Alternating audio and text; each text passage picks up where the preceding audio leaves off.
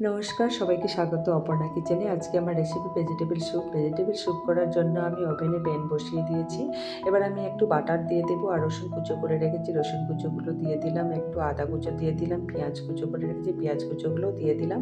আর vegetables আমি গাজর, beans, বাঁধাকপি আর ক্যাপসিকাম নিয়েছি, কেটে ধুয়ে পরিষ্কার করে রেখেছি, ওগুলোও দিয়ে দিলাম। আর স্বাদ মতো নুন দিয়ে দিলাম, একটু ভেজে নেবো যাতে কাঁচা গন্ধটা চলে যায়। এবার আমি 2 বাটি জল দিয়ে দিলাম, সামান্য একটু চিনি দিয়ে দেবো আর 2-3 মিনিটের জন্য ঢেকে দেবো, সেদ্ধ হতে দেবো। আর এদিকে আমি 1 চামচ কর্নফ্লাওয়ার, 1 চামচ জল নিয়ে গুলে রেখে দেবো। আমি ঢাকাটা তুলে নেব, ভালোভাবে ভেজিটেবলসগুলো সেদ্ধ হয়ে গেছে। এবার আমি কর্নফ্লাওয়ারটা দিয়ে দেবো আর একটু ফুটিয়ে নেবো আর ওপরে গোলমরিচ গুঁড়ো একটু ছড়িয়ে দেবো। আমার স্যুপ হয়ে গেছে, আমি নামিয়ে নেব। আমার ভেজিটেবল স্যুপ রেডি। আর ছোট বড় সবাই স্যুপ খেতে ভীষণ ভালোবাসে। যদি আপনাদের এই রেসিপিটা ভালো লাগে তাহলে লাইক, শেয়ার, সাবস্ক্রাইব করবেন আর কমেন্ট করে জানাবেন।